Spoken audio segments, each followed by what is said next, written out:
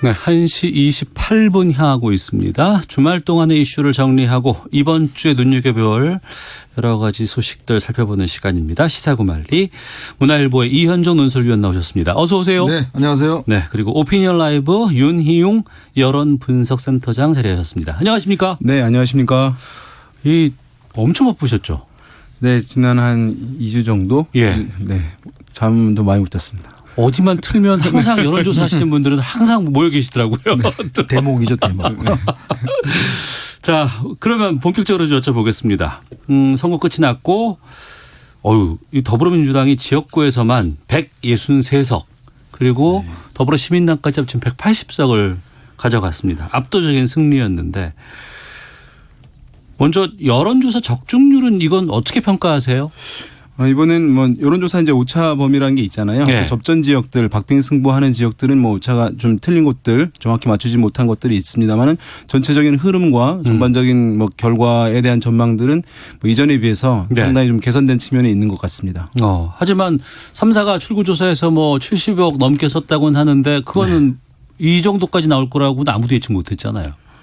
그러니까 그 출구조사 이제 3사가 72억 이제 네. 비용을 들였는데 그것도 이제 당일에 출구조사가 사실은 여론조사보다는 훨씬 더 중요할 수밖에 없어요. 예. 투표한 사람들만의 그렇겠죠. 여론이 선거 네. 결과니까 투표한 사람들 가지고 하는 것인데 그 중에서 이제 기본적으로 쭉 이제 매 5번째 사람들마다 조사를 하긴 하는 것인데 그 와중에서 아마 출구조사하는 쪽에서도 어떤 부분에서 이제 가중치 같은 것들이 들어가거든요. 네. 그런 부분에 대해서 설마 이렇게까지 될지에 대한 고민들 좀 있었던 것 같고 그다음에 이제 사전투표가 워낙 비율이 높았기 때문에 네. 본선거를 가지고 연령대 성별 자료를 가지고 추정하는 것인데 아마 그 부분에서도 약간 좀 예상보다 사전투표율이 워낙 높았기 때문에 단순 추정치로 하기에는 분량이 많아서 그 부분에서 약간 미스. 그다음에 실제 투표하고 나오신 분들에서 아마 체계적으로 약간 거부하시는 분들에 대해서 어떻게 이분들의 이제 응답을 추정할지에 대한 부분들 이런 것들이 있어서 약간 이번 출구조사에서도 좀 뭐 오류들이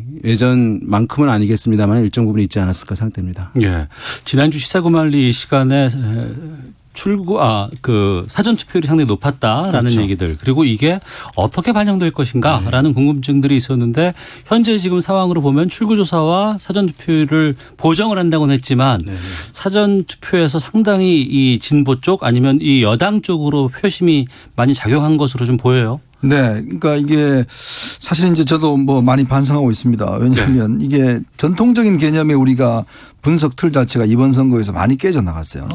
뭐 샤이 보수가 있다. 또 예를 들어서 3번 동안 연속해서 이긴 정당은 다음에 어렵다. 뭐 등등의 여러 가지 어떤 것들이 이 코로나19라는 사태 속에서 결국 이제 많은 어떤 이 원칙들이 깨져 나갔는데요.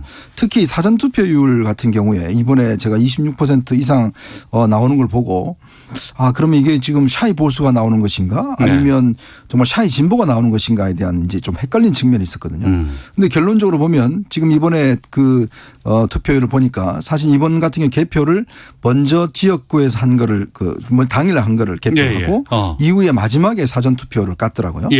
근데 보니까 제가 이제 새벽 한 2시까지 하고 잠깐 자고 일어났더니 경합지들이 다 넘어가 버렸어요. 그것도 이제 야당에서 여당으로 다 넘어가 버렸어요. 나중에 그래서 결과 나온 걸 보니까 이 사전투표에서 실제로 여당한테 굉장히 쏠림 현상이 컸던 것 같습니다. 그러니까 본투표에서는 비슷비슷하게 나왔던 지역들이 사전투표에서 완전히 몰표로 사실은 어떤 면에서 보면 특히 뭐 많은 승리를 거둔 걸 보면 특히 사전투표에서 많이 했고 이 사전투표 참여율이 60대 50대가 꽤 많았거든요. 근데 우리가 이 전통적으로 보면 60대 같은 경우는 좀 보수다 이렇게 생각해 왔었는데 이번 같은 경우는 그런 원칙이 다 깨졌어요. 그러니까 뭐냐면 이분들은 상당히 보수적인 보다는 진보적인 성향으로 이번 투표를 많이 행했다. 그렇고 보면 예전에 우리가 국민의당을 찍었던 중도층들이 실제로 20대 찍은 중도층들이 대부분 이번에는 여당을 선택했다. 그런 결론을 내릴 수가 있을 것 같습니다. 그러니까 지난 총선에서는 국민의당이 그래도 거의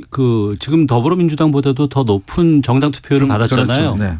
근데 그런 표심들이 이번에는 상당히 여쪽으로 지금 갔다. 네, 맞습니다. 그래서 이번에는 이제 사실 중도 색깔이 분명한 정당이 사실상 없었잖아요. 그렇죠. 국민의당이 이제 보수 색채가 좀 강화된 측면이 있었기 때문에 그래서 중도층들이 어떤 중도 정당을 찍을 곳이 없었고 그것이 어쨌든 여당에 이제 기울어진 결과들을 나왔다고 할 수 있겠고요.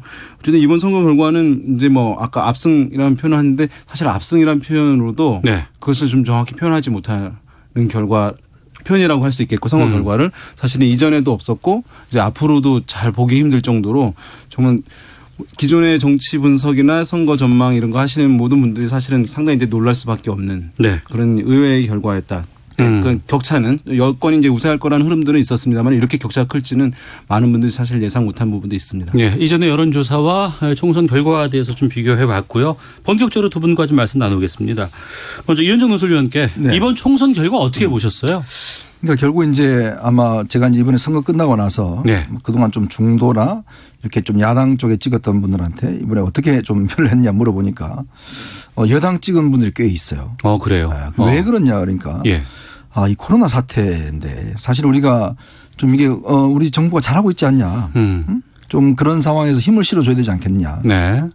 이런 이야기들을 많이 하시더라고요. 특히 야당은 그동안 어떤 면에서 보면 굉장히 싸움을 많이 했고 또 발목을 많이 잡았다. 예. 뭐 그런 측면에서 본다면 모르겠습니다. 이게 뭐 정확히 이제 다들 뭐 심정들을 대변할 수는 없겠지만 어쨌거나 이 코로나19 사태를 보면 전 세계적으로 대통령의 지지율이 다 지금 우리 문재인 대통령도 거의 60% 육박하잖아요. 예, 예. 그걸 사실은 이 지역구에서 그러니까 이번 선거 결과가 나타보면 딱 180석입니다. 그러니까 그게 그대로 어떤 면에서 보면 60%가 딱 180석이다. 그렇죠. 네. 계산해 보면 그 정도 나와요. 그러면 그 대통령에 대한 지지도가 이번 표심에 그대로 반영이 됐다. 이건 뭐냐면 결국 우리가 미중유의 지금 어떤 위기를 겪고 있지 않습니까? 그렇죠. 전 세계적으로 이게 다 네. 있는 거죠. 당장 내 직장, 내 삶이 어떻게 될지 모르고 예. 또 그렇다면 국가와 정부에 대한 중요성 그렇다면 지금 정부가 잘하고 있느냐. 네. 그럼 지금 정부에 대해서 일정 정도 신뢰를 할 수 있다. 이런 측면들.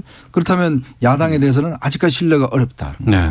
특히 이제 수도권 같은 경우는 이게 이제 야당의 막판에 터진 막말 논쟁이라든지 예. 뭐 이런 것들이 실제로 아까 말씀드린 중도층들한테 야당 지지자들한테 투표를 안 갈래 뭐 이런 식의 어떤 심정들을 예. 좀 불러일으켜 준 게 아닌가. 예. 결국 아마 물론 코로나19 사태에 대한 정부 저는 이 대응이 이번 사태의 1등 공신이 아닌가 저는 그런 생각이 듭니다. 예. 저는 이제 이번 당권만 가지고 또 볼 수는 없는 지점들이 많다고 봅니다. 그러니까 사실은 이번 선거 이제 지난 말씀하신 대로 세 번의 전국 선거에서 또 지고 또 이번 결과 나온 것인데요. 지금 보수 주류의 어떤 지금까지 반복되었던 강경 노선 또는 강경 행태에 대해서 약간 심하게 표현하면 이제 사망 선고를 내린 것이다. 이렇게 네. 좀 볼 수 있지 않을까 싶은데요. 뭐냐면 지난 10년 동안 한국 사회에 있었던 매우 이제 사회적으로 의미 있었던 사건들, 세월호 참사라든가 또는 탄핵, 촛불 이런 것들이 있게 되면서 유권자들의 이제 의식이 사실은 기본적인 측면에서의 변화가 상당 부분 있었다고 봐요. 근데 이제 통합당을 필두로 해서 보수 정당에서 그런 유권자들의 변화에 대해서 스스로 감지하지 못하고 네. 공감하지 못하고 또 이제 반대나 부정하는 이제 행태들 모습들을 강조되어서 이제 보여지게 되면서 유권자들의 폭넓은 호응을 얻는데 제약이 있을 수밖에 없는 측면이 있었고 그래서 이번 결과를 갖고 단순히 이제 어떻게 해야 되냐 단순 단기적인 논의뿐만 아니라 네. 뭐 장기적 차원에서 이제 방향성에 대해서 좀 논의를 해야 될 것 같아요. 뭐 가령 남북 관계에 대해서도 근본적으로 북한이 도발이 있습니다만은 대한민국 국민들이 이제 놀라지를 않잖아요. 불안해하지 않으니까 네. 그런데 안보를 제 1 이슈로 해서 어쨌든 보수 결집을 해왔던 부분들 이런 것들 같은 경우는 사실은 앞으로 먹히지 않을 가능성이 높기 때문에 사실 근본적이고 기본적인 것들을 다시 보수에서는 좀 검토가 필요한 시점이 아닌가 생각됩니다. 네. 총선 이후에 각 당에서 여러 가지 얘기들이 나왔습니다. 이제 앞으로 체제를 어떻게 정비할 것이냐 또 이제 21대 국회를 어떻게 이끌어갈 것이냐 거기에 대한 여러 가지 뭐 각오들 같은 거 좀 나오곤 있는데 여당에서는 180석 정말 압도적인 과반이 넘은 이런 건데 여기에 대해서 무거운 책임감과 또 열린우리당 얘기도 나왔습니다. 과거에 대한 반성 같은 것들이 나왔어요. 이 부분은 어떻게 보세요? 그러니까 이제 당시에 열린우리당이 이제 탄핵 이후에 152석을 당시에 이제 얻었거든요. 예. 그때 사실은 뭐 아시겠지만 초선이 108명이었습니다. 근데 이제 좀 성급했죠. 이 108명과 당시 천정배 원내대표가 4대 악법 철폐 투쟁, 국가보안법 등 굉장히 이념적 이슈들을 많이 들고 나왔어요. 네. 그러다 보니까 실제 국민들이 원하는 게 아까 말씀드렸지 민생과 생활의 어떤 그런 문제였는데 굉장히 이념 이슈로 주도를 가면서 사실상 어쩌면 그 다음에 어떤 굉장히 또 다시 정권을 넘겨주는 뭐 그런 어떤 현상이 빚었지 않습니까? 그러니까 이제 그런 부분들은 지금 그 학습 효과가 분명히 있는 거예요. 네. 지금 민주당에게는 당시에 그런 과거에 뼈아픈 경험이 있고 그거를 기회해서 정권을 갖고 오기 위해서 거의 10년을 어떤 면에서 보면 절치부심한 거 아니겠습니까? 이제 그런 부분들 이해찬 대표는 누구보다 잘 알고 있죠. 네. 그렇기 때문에 이 180석이라는 의미가 어떤 의미인지 아마 본인 스스로 잘 알 겁니다. 왜냐하면 이제는 핑계 댈 게 없어요. 예전에는 야당이 해서 야당을 하는데 지금은 사실 온전히 여당한테 모든 책임을 이제 가게 되게끔 만든 의석입니다. 네. 자, 그리고 이제 앞에 놓여 있는 과제가 이 보통 과제가 아니에요. 예. 사실은 지금 이제 시작 단계에 접어들지만 코로나 이후에 경제에 대한 이제 부활, 부흥 이런 것들을 사실 여당이 이제 책임지고 해내야 되는 그런 과제가 있는 거거든요. 예. 그 결과에 따라서 2년 뒤에 있을 대선의 어떤 직접적인 영향이 있기 때문에 아무래도 지금 이제 이해찬 대표나 이낙연 위원장이 강조하는 게 자칫 이게 예를 들어서 이 선거 결과에 우리가 해서 많은 막 성급한 과제들을 하다가는 이 국민들이 또다시 돌아설 수가 있다. 네. 그러면 정말 예를 들어서 총선에 승리했지만 다음 대선에서 어떻게 될지 모르는 상황이다. 그렇기 때문에 이대로 가면은 정말 큰 실수 안 하면 뭘 대선까지도 잘 갈 수 있어요. 예. 그러나 이제 문제는 경제 상황이거든요. 그 부분에 대한 것들을 강조하기 위해서 이야기를 한 것인데 예. 사실은 이 180석 하면서 많은 의원들이 각자 지지층의 어떤 요구를 받고 올라온 거 아니겠습니까? 네네. 검찰 개혁하라, 윤석열 총장 어떻게 하라 했기 때문에 과연 이것을 이제 당에서 통제할 수 있느냐. 저는 거기에 앞으로 여당의 어떤 국정 운영에 관건이 있다고 봅니다. 윤희영 선대장께서는요? 예, 지금 여당 말씀하신 대로 이제 그 학습 효과 지난번 2004년 총선에서 그 진보가 바로 사실은 혼란에 쌓이게 되면서 또 대중 신뢰와 대중 지지를 잃어버리게 되면서 2006년 지방선거부터는 참패를 계속 거듭했어요. 그래서 그랬죠. 2006년 예. 지방선거도 그렇고 2007년 대선, 2008년 총선까지 해서 겨우 살아난 게 2010년 지방선거쯤 와서 살아남았고 예. 그때 사이에 있었던 그 당의 정당 지지율이라는 게 10% 내외였습니다. 그러니까 2006년부터 2010년이라는 거의 10년 가까이. 예, 상당히 이제 긴 시간이었는데요. 4, 5년 가까이 있었는데 그 시간 동안 어쨌든 밑에서 밑바닥에서 유권자들 만나고 미래에 대한 고민들을 상당히 많이 했던 상황이기 때문에 네. 그것에 대한 이제 고민들 반면교사가 이제 있는 상황이기 때문에 저는 이제 봤을 때 말씀하신 이제 혼란들은 있긴 하겠습니다만은 그런 경험이 주는 것 효과는 상당히 크기 때문에 제가 봤을 때 이제 지도부가 강력한 통제력을 한다면 상당히 그전과는 다른 양상으로 흘 가능성이 있다고 봅니다. 네. 그러면 여당에서 이제 21대 국회가 출범하게 되면 지금으로서 예측할 수 있는 건 검찰 개혁 쪽에 좀 집중하지 않을까라는 얘기가 있고 또 하나는 이제 경제 살리는 부분에 대해서 상당히 좀 신경을 써야 될 것 같고 물론 코로나19 관리도 상당히 중요할 것 같습니다. 어떤 것에 좀 집중하는 것이 바람직하다고 보세요? 일단은 먼저 만약에 검찰 개혁과 관련한 부분들 아마 상당히 핫하게 떠오르고 있는 상황이긴 하거든요. 왜냐하면 김용민, 김남국 이런 이제 검찰 개혁의 상징적 인물들이 여러 이제 곤란을 뚫고 당선이 됐단 말이죠. 네. 그런 상황에서 아마 여당에서는 지지자들의 요구에도 맞물려서 이 부분을 도외시할 수 없는 상황이긴 합니다만 제 생각에는 어쨌든 코로나19가 가장 이제 어쨌든 집중적일 수밖에 없고 이 부분에 있어서 저는 이른바 이제 코로나19 연대 같은 것들이 필요하다고 봅니다. 이 연대라는 것은 뭐냐면 국회 협력 체제를 의미하는 것인데요. 예. 지금 여야가 의견이 다르지 않는 합의할 수밖에 없는 사안이거든요. 코로나19 관련한 이슈들은. 그러면 이제 지금 21대 국회를 시작하는 상황에서 이 코로나19 이슈를 놓고 어떻게 지금 경기 침체를 어쨌든 회복시킬 것이냐 아니면 피해자들 지원할 것인지 이런 것들을 합의하는 모습들 그 안에서 대화와 타협하는 모습들을 보여주게 되면 저는 21대 국회에 대한 국민들의 신뢰라든가 정치권 전반의 신뢰를 복원할 수 있는 좋은 기회라고 보이기 때문에 여권도 아마 이렇게 야당의 목소리를 귀담아 듣는 모양새를 가져가게 되면 아마도 이제 바라보는 이제 반대하던 유권자들 층에서도 좀 우호적 기류는 더 높아지고 정부 여당의 국정 운영이 좀 더 안정적일 수 있다고 보거든요. 네. 그런 면에서 코로나19가 무엇보다도 가장 중요할 수밖에 없다고 봅니다. 네. 이현정 노조위원께서는요. 그러니까 저도 마찬가지로 지금 자꾸 이제 일부에서 검찰개혁 윤 총장 문제 나오지만 이게 제가 아까 말씀드렸던 당시 4대 악법 철폐 투쟁과 비슷하게 흘러갈 가능성이 있어요. 지금 그게 사실 국민들하고 무슨 지금 직접 생활로 가는 게 있습니다. 내 직장이 없어지고 지금 우리 뭐 자녀들 취직할 일자리가 없고 네. 지금 결혼도 못하고 집도 못 먹고 하는데 여기 무슨 검찰 개혁이 무슨 소용이 있겠습니까? 자, 그러니까 지금 뭐냐면 결국 이 180이라는 표를 몰아준 근본 이유가 결국 코로나 이후의 경제를 정말 살려주고 하라는 것이거든요. 사실 우리가 어떤 면에서 보면 세계적으로 보면 저는 기회라고 봐요. 왜냐? 지금 이제 각 나라는 우리는 이제 지금 거의 10명대로 지금 줄어들었지 않습니까? 예, 예. 빨리 극복할 가능성이 이대로 가면 있어요. 그런데 지금 이제 미국이나 다른 유럽을 보면 지금 뭐 거의 정점에 있다고 하지만 굉장히 피해가 많거든요.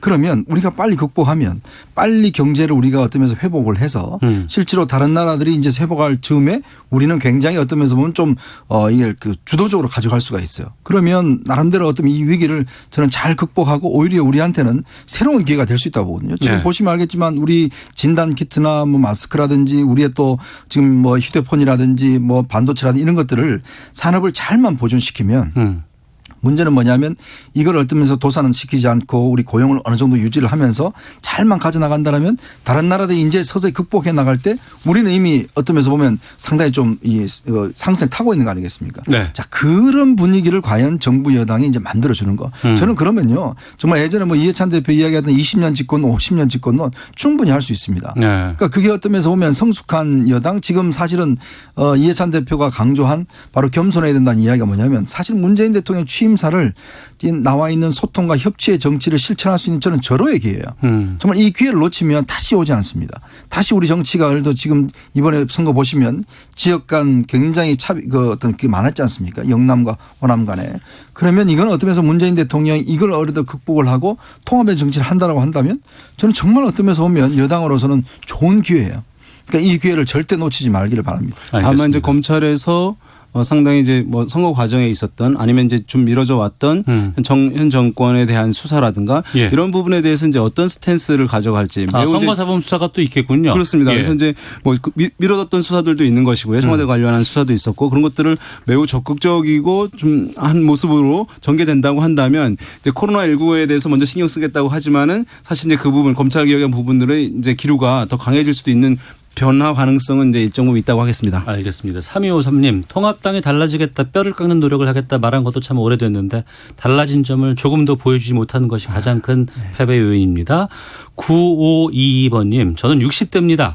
60대 예전에 60대 아닙니다. 60대가 보수일 거라는 생각은 이제 편견입니다. 제 주변에 진보 정말 많습니다. 0047님 중도층이 찍을 정당이 없었다는 분석에 동의합니다. 지난번엔 안철수의 국민의당이 있었는데 보수화하면서 갈 곳을 잃었고 결국 민주당으로 돌아간 것 같습니다라는 의견들 보내주셨습니다. 다음 달 7일 민주당이 새 원내 사령탑 뽑아야 되고 오는 8월에 당대표도 뽑는 전당대회에 있습니다. 포스트 이해찬 이인영 후임은 누가 지금 거론될 것으로 보이세요? 짧게 말씀 부탁드려볼게요. 네, 일단 뭐 지금 당대표로는 일단 이낙연 위원장이 지금 유력하죠. 예. 예를 들어서 이게 이제 내년 되면 사실 대권주자들은 당대표를 그만둬야 돼요. 네. 6개월 정도 하는 것인데 과연 짧은 당대표를 할 것이냐 말 것이냐 결정할 때는 할 가능성이 높아요. 네. 그리고 이제 홍영표 전 원내대표나 송영길 의원이라든지 이런 분들이 아마 도전할 거고 여기 뭐 우상호 의원도 마찬가지고요. 예. 근데 이제 아마 180석을 가진 정당의 초유의 원내대표 굉장히 치열할 것 같습니다. 예. 왜냐하면 거대 여당을 움직이는 거니까 아마 지금 보면 뭐 전해철 의원이라든지 친문의 대표주자죠. 김태년 의원 지난 4선에 이제 정책위 의장을 했던 또 윤호중 사무총장이라든지 또 노웅래 의원이라든지 뭐 지금 뭐 각자 지금 도전을 하고 있기 때문에 특히 초선이 68명입니다 이번에. 네. 이 68명 초선들의 어떤 그 지지를 누가 얻겠느냐 거기에 따라서 상당히 결정될 가능성이 높습니다. 알겠습니다. 자, 이현정 문화일보 논설위원 윤희용 오피니언 라이브 여론분석센터장과 함께 시사구말리 이번에는 미래통합당 쪽으로 가보겠습니다. 심각해요. 미래통합당은 지금 뭐 김종인 전 선대위원장을 비대위원장으로 맞아야 한다 이런 보도들 지금 계속해서 나오고 있습니다. 네. 어떻게 보세요?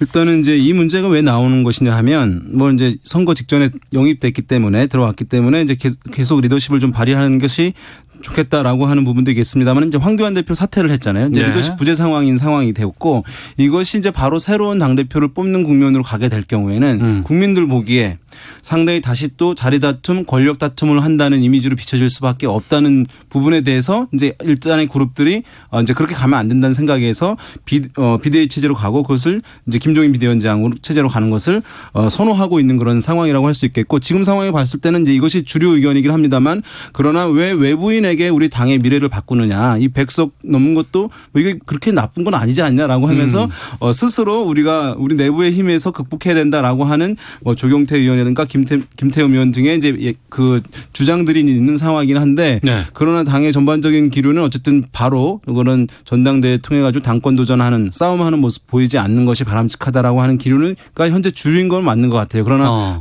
당내 이제 의원들이 워낙 지금 이제 내부의 주류 비주류들이 이제 혼선이 있는 상황이기 때문에 예. 의견들이 이후에 이제 갈등 양상으로 약간 비춰질 가능성은 존재한다고 하겠습니다. 네. 당 대표가 낙선을 했고 사퇴를 해버렸고 네. 원내대표도 낙선을 했습니다. 네, 그리고 당의 중진들은 거의 다 지금 갈 곳을 잃어버리고 낙마하고 말았어요. 오히려 공천에 반발해서 나갔던 상당수의 중진들, 네. 그들은 상당수가 살아 돌아왔고 어떻게 보세요? 뭐 뼈를 깎는 이야기를 한참 하잖아요. 네. 이제 깎을 뼈도 없습니다. 이제. 거의 뭐 지금 뭐 항상 이 바닥이 있다고 그러지만 지하실도 있어요. 더 내려갈 수도 있어요. 그러니까 그렇기 때문에 정말 통합당은 정말 정신을 차려야 되는데 우리가 외국의 사례를 보면요. 프랑스의 마크롱 대통령이 사회당이 몰락하면서 사실 의원 경험이 한 명도 없는 사람들을 데리고 집권을 했습니다. 아, 그렇네요. 그 데이비드 캐머런이나 나든지 보면 사실 어떤 보수의 부활을 이뤄냈거든요. 지금 저는 어떤 면에서 보면 이번 선거 결과 보면 정말 백지를 줬다고 봐요. 그러니까 기존의 대선 주자 뭐 중진들 다 낙선했잖아요. 그러면 국민의 명령은 뭐냐면 새로운 그림을 그리라는 거예요. 즉 새로운 개념의 보수 정당을 만들어라는 거거든요. 그러면 거기 명령에 따라야 됩니다. 지금 누구 뭐 있는 당선된 사람 나 대표 된다고 해서 누가 된다고 해서 국민 지지 못 받습니다. 결국 뭐냐면 완전히 어떤 면에서 보면 새로운 정당 체제로 드러나야 되는데 저는 사실 그동안 야당이 보면 탄핵 이후에 그 프레임을 벗어나지 못했던 거 그게 가장 큰 원인이라고 보거든요. 뭐 예를 들어서 국민적인 그 어떤 슬픔에 같이 슬퍼하지 못하고 국민과 교감하지 못하고 이런 정당이 살아남겠습니까?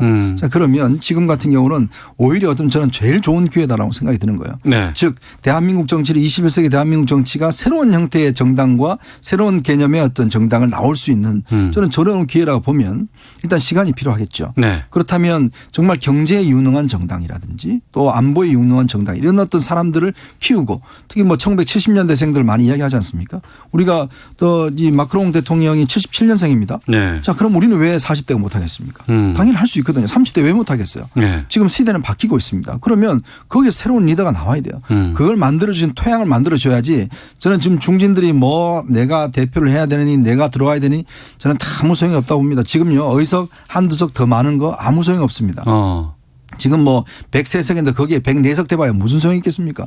결국 뭐 여당이 할 수 있는 거 다 할 수 있는데 그러면 새로운 그림을 그리자면 어떤 그런 개념의 어떤 테두리가 필요하고 그러기 위해서는 저는 김종인 위원장이 그 장을 만들어주면 돼요. 아 김종인 그 전 선대위원장이 그 장을 맡을 그렇죠. 본인이 항상 보세요. 주장했던 게 뭐냐면 경제를 잘하는 정당 그다음 70년대생들 하겠다는 거 해왔지 않습니까? 자, 그러면 지금 뭐 홍준표 전 대표 뭐 권성동 의원 저는 당분간 들어오게서는 안 된다고 봐요.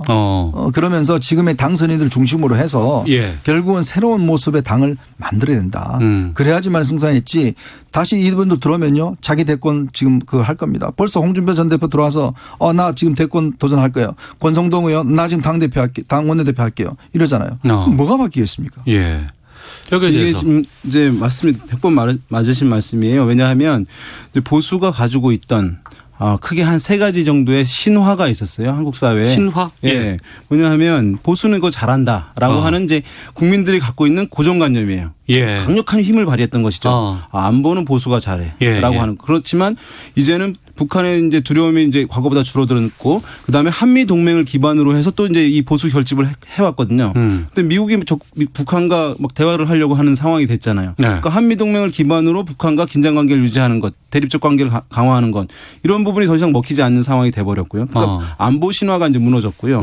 또 한 가지는 경제 신화가 또 흔들렸다고 할 수 있는데요. 뭐냐면 과거에 산업화를 이루었기 때문에 경제는 보수가 잘한다 이런 이제 고정관념들이 있었습니다만은 최근에 사회 변화, 경제 사회 경제 영역에서 변화가 있게 되면서 대기업 위주로 발전을 하는데 이것이 중소기업과 서민들 같은 경우로 이른바 트리클 다운으로 분수 효과가 나타나지 않는 것을 체감을 이제 다 한 거예요.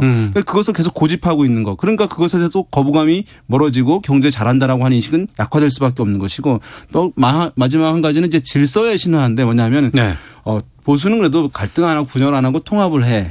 그다음에 사회의 질서 유지하는데 보수가 좀 더 이것을 잘 관리를 할 수 있어라고 하는 고정관념이 있었는데 신화라고 할 수 있지 이것도. 네. 그것도 사실은 무너졌는데 뭐냐 하면 지난번 총선도 그랬습니다만 이번 총선도 진보 정당보다 보수 정당 내부에서 공천 과정에서 갈등과 혼란이 더 많았어요. 그러니까 안정된 세력이 아니네. 그러면 안정된 세력이 아니기 때문에 사회를 안정적으로 관리할 수 있다는 기대감들이 깨지는 거예요. 그러니까 사회에 대해서 맡길 지에 대해서도 신뢰가 안 생기는 부분들. 그러니까 근본적인 이 세 가지의 기둥이 흔들리거나 균열되거나 뭐 깨져버린 상황이기 때문에 이것을 네. 바로 세우는데 누구 한 명이 이제 리더십을 바꾼다고 해서 당대표가 온다. 원내대표를 누구 한다 해서 이것이 해결될 문제는 아니라고 보거든요. 그러니까 어떤 학습부터 노선을 어떻게 정하는지부터 근본적으로 다시 가야 되는 것이기 때문에 저는 뭐 이현중 의원님 말씀처럼 단순히 사람의 이런 권력 싸움 자리 싸움으로 비춰가서는 안 되고 어쨌든 네. 충분하고 깊이 있는 논의 장애적 관점에서 논의해야 된다는 흐름으로 물론 그것이 당장 어떻게 되냐라고 하는 데서는 또 고민이 필요한 부분이겠습니다만은 이거 그렇게 긴 관점에서 긴 호흡에서 뭐 접근해야 된다 이렇게 봅니다. 아마 잠시 뒤면 총리의 발언이 있을 예정이에요. 시정연설이 있습니다. 국회에서. 여기서 가장 지금 관심이 가는 것은 20대 국회 마지막으로 해야 될 일이 긴급 재난지원금 여기에 대한 규모라든가 어떻게 지원할 것인가 이런 부분일인 것 같아요. 그리고 이제 총선 이후에 가장 많은 관심이 여기에 또 쏠려 있는 건 사실이고 두 분께서는 어떻게 하는 것이 바람직하다고 보시는지. 뭐 선거 때 지금 일단 여당이 지금 전 국민에게 100만 원 가정에 100만 원씩을 약속을 했기 때문에 네. 이게 사실 어제 당정청 회의 때 굉장히 아마 진통을 겪은 것 같아요. 아마 정부로서는 지금 실업 자금이 필요하다 대비한 네. 적자 국채를 또 찍어내기는 굉장히 부담스럽다는 거 했고 또 여당에서는 약속했는데 안 주면 어떡하냐 이런 이야기였고 지금 야당도 이제 황교안 대표가 선거 과정에 1인당 50만 원 이야기를 했지 않습니까? 예. 아마 오늘 아침 지금 여당 기류는 일단 100만 원에 조금 낮춰서 한 가구당 80만 원 정도로 해서 전 가정에 주자 뭐 이런 쪽으로 가는 것 같아요. 왜냐하면 이제 이게 이 비용이요. 지금 생각하시겠지만 이게 끝나는 게 아니라 앞으로 우리가 위기가 계속 오거든요. 그러니까 지속적으로 위기가 이어질 수 있기 때문에 이게 뭐 일회성으로 끝낼 수는 없다. 적자 국채를 하기보다는 사실은 제일 중요한 게 기업을 살리는 것도 중요하고 또 지금 당장 또 돈이 필요하지 않는 분들도 계시거든요. 뭐 물론 뭐 다들 뭐 필요하시면 뭐 주면 다 하겠지만 그러니까 좀 더 필요한 분들한테 많이 주는 형태로 가야 되는데 아마 이 어떤 면에서 보면 지금 여당이 추진하는 안은 거부할 수는 없을 거예요. 아마 야당도. 왜냐하면 이미 뭐 선거됐기 때문에 아마 저는 거기서 뭐 타협 좀 이루어지지 않는가 싶습니다. 네. 그러니까 100만 원 액수가 좀 줄어든다고 하더라도 국민적 반발이 크지는 않을 것으로 보는 이유는 지자체에서 자체적으로 이제 그 일정 부분 하는 경우들이 많이 있거든요. 그런 것과 이제 보완이 될 것으로 보이고 이것이 이제 전 국민에게 갈 수밖에 없는 것은 어쨌든 여권에서는 보편적 복지 차원의 개념을 적용했을 때 맞는 부분도 있겠고 여권 쪽에서 그다음에 이것이 일부분으로 할 경우에는 그것을 출연하는데 별도의 시간과 별도의 비용이 많이 든다는 겁니다. 선별 비용이. 예, 그 얘기 많이 나왔어요. 그런 이제 논리들을 좀 충분하게 있기 때문에 아마 전체적인 국민에게 그러나 말씀하신 대로 비용이 약간 낮은 수준으로 합의가 되지 않을까라고 전망을 일단은 해보는데 일단 뭐 총리의 발언을 한번 들어봐야 될 것 같습니다. 예. 일부에서는 그런 얘기들도 있더라고요. 뭐냐면 그러니까 있는 사람들까지 줄 필요가 없지 않겠느냐라고 얘기하는데 앞서 지금 비용 때문에 얘기하니까 그럼 있는 사람들은 이제는 좀 운동이라도 해서 기부 운동을 좀 펼쳐라. 아니면은 이제 수령 안 하는 쪽으로 가도록 이렇게 뭐 해보자는 얘기도 좀 나오더라고요. 아니면 이걸 나중에 이제 세금으로 예를 들어서 연말 정산이나 이런 걸 통해서 다시 회수하는 방법도 일부에 제기된 바 있거든요. 뭐 그러면 저는 여러 가지 방법을 할 수 있다 봅니다. 이게 뭐 단순히 자발적인 기부에 뭐 우리가 할 수도 미국 사회처럼 우리도 좀 그런 게 할 수도 있는 거고 아니면 나중에 연말 정산 이런 형태를 통해서 다시금 환급받는 뭐 그런 형태도 있을 수 있다고 봅니다. 알겠습니다. 시사구말리 마치도록 하겠습니다. 지금까지 문화일보의 이현종 논설위원, 오피니언 라이브 윤희용 여론분석센터장과 함께했습니다. 두 분 말씀 고맙습니다. 네, 감사합니다. 예.